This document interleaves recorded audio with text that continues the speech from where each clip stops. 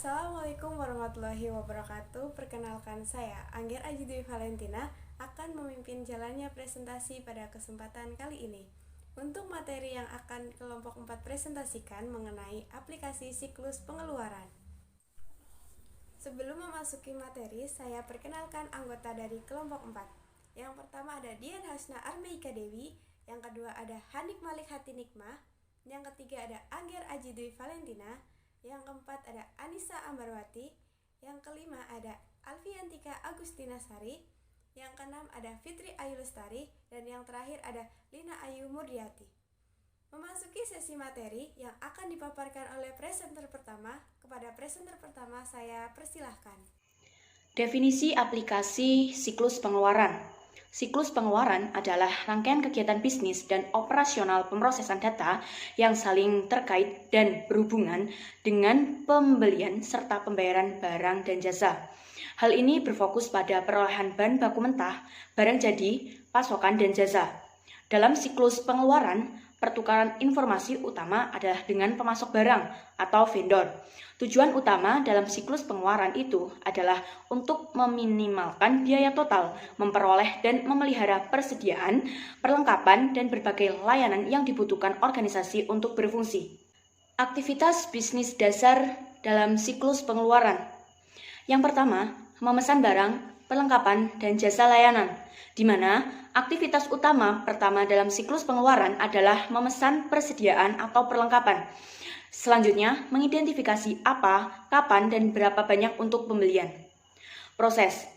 Pendekatan tradisional untuk mengolah persediaan adalah menjaga stok yang cukup sehingga produksi dapat berlangsung tanpa gangguan. Metode pengendalian persediaan tradisional ini sering disebut dengan kuantitas pesanan ekonomis atau EOQ.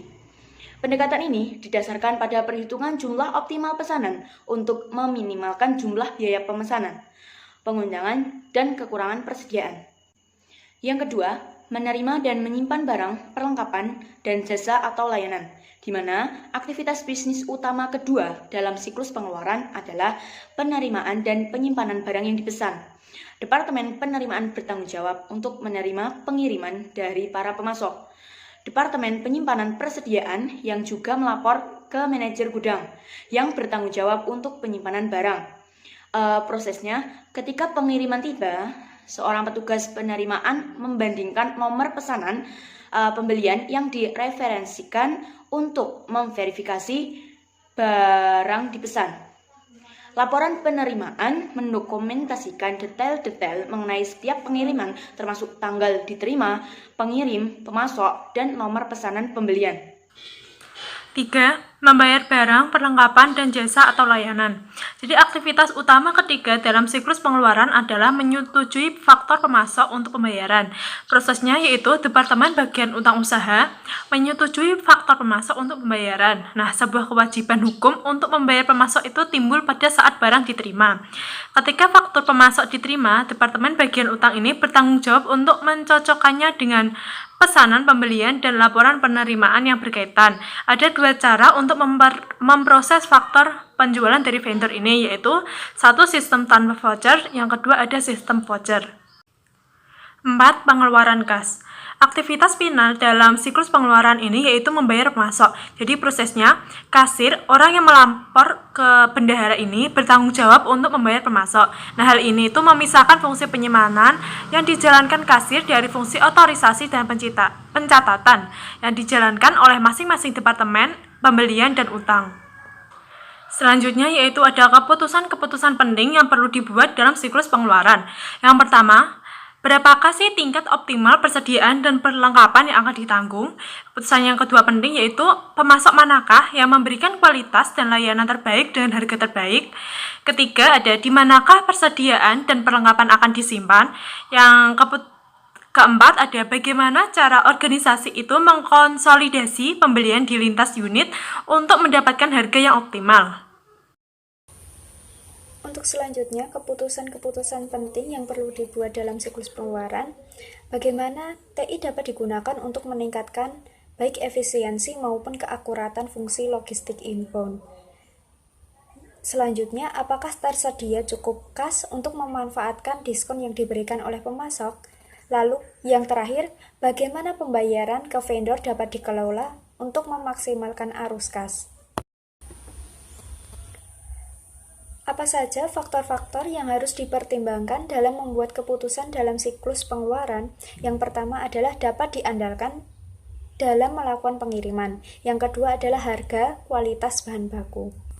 Informasi yang dibutuhkan untuk membuat keputusan dalam siklus pengeluaran, yang pertama adalah fungsi ketiga dari sistem informasi akuntansi adalah menyediakan informasi yang berguna untuk pengambilan keputusan yang penting. Yang kedua adalah kegunaan dalam siklus pengeluaran, berarti bahwa sistem informasi harus memberikan informasi operasional yang dibutuhkan untuk melakukan fungsi-fungsi sebagai berikut. Yang pertama, untuk menetapkan kapan dan seberapa banyak tambahan persediaan yang akan dipesan. Yang kedua adalah memilih pemasok yang tepat untuk pesanan. Yang ketiga, memverifikasi akurasi faktur dari vendor. Yang keempat, untuk memutuskan apakah diskon pembelian harus dimanfaatkan. Dan yang terakhir, untuk mengawasi kebutuhan arus kas untuk membayar kewajiban yang belum terselesaikan. Informasi yang dibutuhkan untuk membuat keputusan yang ketiga yaitu sebagai tambahan, sistem informasi harus memberikan informasi evaluasi strategis dan kinerja sebagai berikut. Yang pertama ialah efisien dan efektivitas bagian pembelian. Kemudian yang kedua ada analisis kinerja pemasok seperti pengiriman tepat waktu dan kualitas. Dan yang ketiga, waktu yang digunakan untuk memindahkannya barang dari area penerimaan ke produksi. Kemudian yang terakhir, presentase diskon pembelian yang dimanfaatkan. Nah, selanjutnya terdapat ancaman dan pengendalian. Ancaman utama dalam siklus pengeluaran.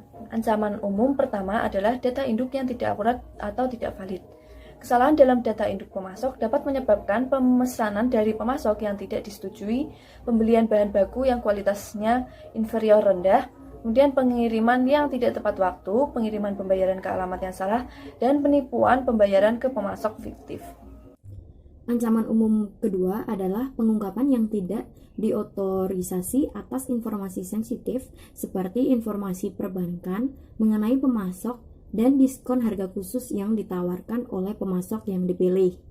Selanjutnya ada ancaman dan pengendalian dalam siklus pengeluaran yang ada aktivitas, yaitu masalah-masalah umum keseluruhan siklus pengeluaran. Nah, ancamannya berupa data induk yang tidak akurat atau tidak valid.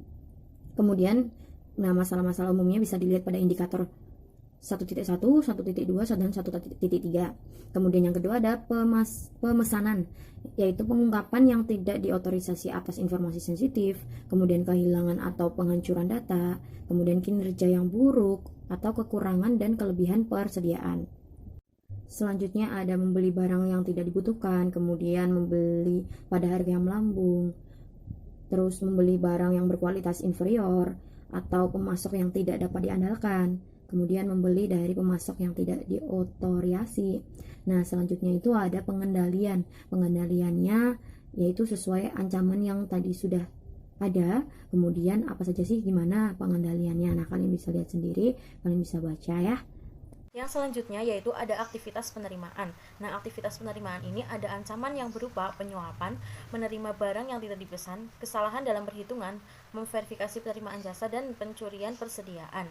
Dan dapat dikendalikan dengan cara yaitu melarang penerimaan hadiah dari pemasok, rotasi pekerjaan dan liburan wajib, mensyaratkan agen pembelian untuk mengungkap kepentingan keuangan dan pribadi dalam pemasok, menyaratkan keberadaan pesanan pembelian yang disetujui sebelum penerima setiap pengiriman, tidak menginformasikan pegawai penerimaan mengenai kuantitas yang dipesan, mensyaratkan pegawai penerimaan untuk menandatangani laporan penerimaan, yang selanjutnya yaitu insentif.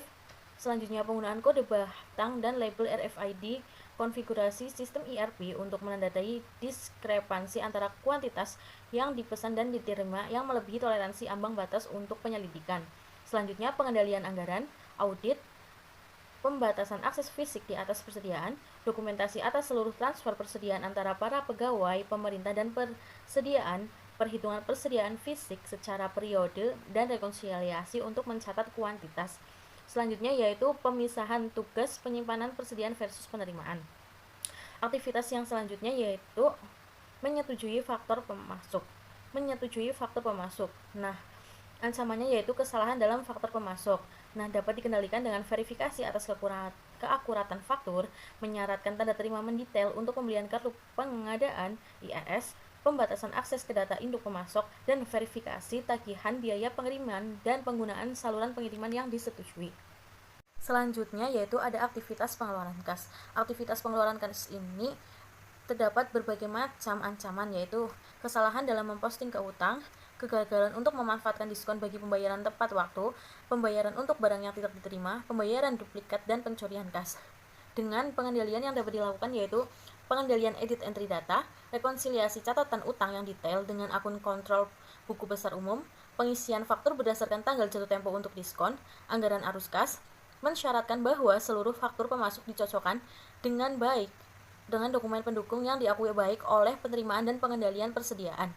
Anggaran atau bagi jasa, mensyaratkan tanda terima bagi biaya perjalanan, penggunaan kartu kredit perusahaan untuk biaya perjalanan, mensyaratkan sebuah paket voucher yang lengkap untuk semua pembayaran, kebijakan untuk membayar hanya dari salinan asli atau faktor pemasok, membatalkan seluruh dokumen pendukung ketika pembayaran dibuat. Yang selanjutnya keamanan fisik atas cek kosong dan mesin penandatanganan cek. Yang selanjutnya yaitu akuntansi periodik atas seluruh cek yang dinomori secara urut oleh kasir. Yang selanjutnya yaitu pengendalian akses terhadap terminal EFT. Yang selanjutnya penggunaan komputer dan browser yang disediakan bagi perbankan secara online. Yang selanjutnya yaitu blok ACH atau ACH pada rekening yang tidak digunakan untuk pembayaran. Yang selanjutnya yaitu pemisahan fungsi penulisan cek dari utang. Yang selanjutnya mensyaratkan tanda tangan rangkap pada cek yang lebih besar dari jumlah tertentu. Yang selanjutnya rekonsiliasi rutin pada rekening bank dengan jumlah yang dicatat oleh seseorang yang independen atas prosedur pengeluaran kas. Dan yang terakhir yaitu pembatasan akses terhadap file induk pemasok. Demikian pemaparan materi dari kelompok 4. Semoga bisa memberikan pemahaman mengenai aplikasi siklus pengeluaran. Kepada teman-teman saya ucapkan terima kasih. Wassalamualaikum warahmatullahi wabarakatuh.